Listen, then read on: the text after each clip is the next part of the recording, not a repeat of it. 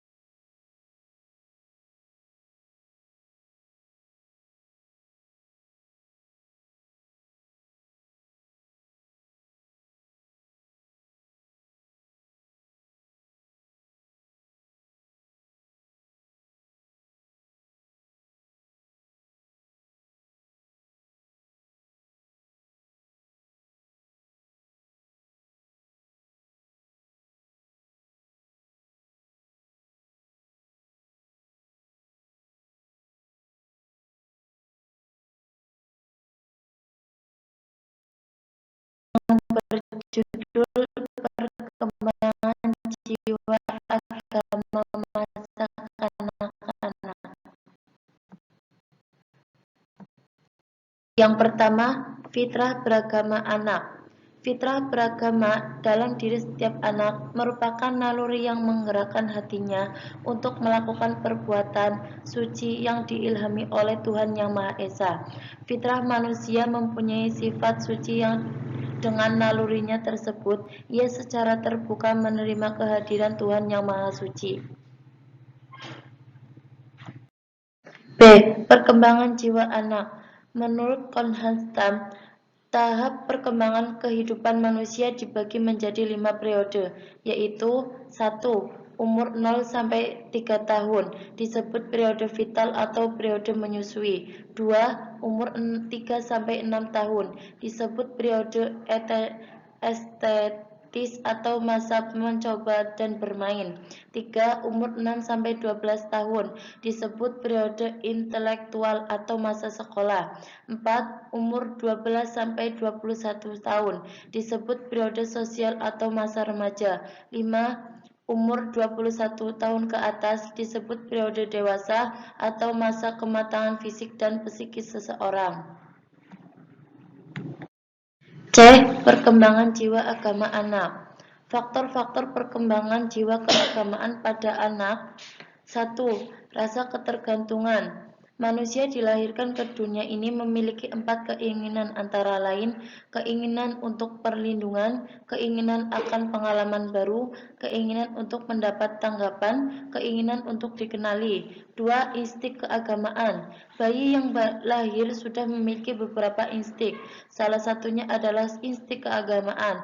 Belum terlihat perilaku keagamaan pada diri anak karena beberapa fungsi kejiwaan yang menopang kematangan berfungsinya insting itu belum sempurna.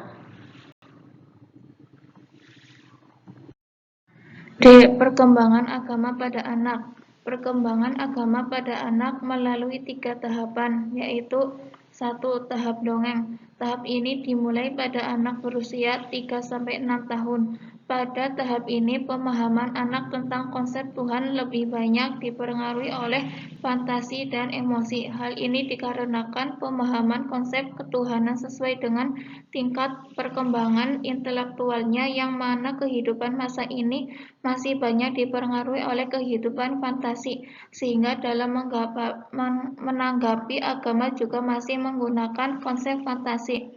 Kedua, tahap kenyataan. Tahap ini biasanya dimulai sejak anak masuk sekolah dasar. Ini ketuhanan anak sudah mencerminkan konsep-konsep yang berdasarkan pada kenyataan. Konsep ini timbulnya melalui lembaga-lembaga keagamaan dan pengajaran agama dari orang dewasa lainnya. 3. Tahap individu. Pada tahap ini, anak telah memiliki kepekaan emosi yang paling tinggi sejalan dengan usianya. Konsep ini terbagi atas 3 golongan, yaitu 1. Konsep ketuhanan yang konvensional dan konservatif dengan dipengaruhi sebagian kecil dari fantasi. Hal tersebut dipengaruhi oleh faktor dari luar dari anak. B. Konsep ketuhanan yang lebih murni yang dinyatakan dalam pandangan yang bersifat personal. C. Konsep ketuhanan yang bersifat humanistik. Perubahan pada setiap tindakan ini dipengaruhi oleh faktor internal, yaitu perkembangan usia, dan faktor internal eksternal berupa faktor yang luar bersifat alamiah. E. Sifat-sifat agama pada anak. 1. Tidak mendalam. 2. Egosentris. 3. Antromorfis. 4. Verbal atau ritual. Kelima, imitatif. Dan keenam, rasa heran. F. Pembinaan agama pada anak yang sesuai dengan sifat keberagamaan anak dapat dilakukan melalui beberapa pendekatan berikut. 1. Pembinaan agama lebih menekankan pada pengalaman langsung, misalnya sholat berjamaah, zakat, sedekah, atau kegiatan lainnya yang bisa diikuti anak-anak. 2. Melakukan kegiatan-kegiatan keagamaan yang disesuaikan dengan kesenangan anak, menyesuaikan dengan sifat keagamaan anak yang masih egosentris. 3. Pengalaman keagamaan anak selain dipengaruhi oleh orang tua, guru, atau teman-temannya, juga mereka peroleh dari lingkungan sekitarnya yang secara tidak langsung telah mengajarkan pola-pola hidup beragama.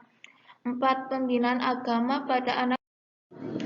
Keempat, pembinaan agama pada anak juga perlu dilakukan secara berulang-ulang melalui ucapan yang jelas serta tindakan secara langsung. 5. Mengingat sifat agama masih imitatif, untuk itu dalam proses pembinaan tersebut, perilaku orang tua maupun guru harus benar-benar dapat dicontoh baik secara lisan maupun tindakan.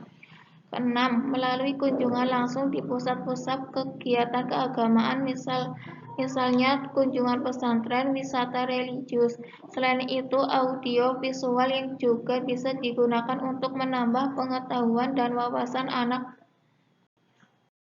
Sekian pemaparan dari kelompok kami. Terima kasih untuk teman-teman yang sudah meluangkan waktu untuk menonton video kami. Kurang lebihnya mohon maaf. Wassalamualaikum warahmatullahi wabarakatuh.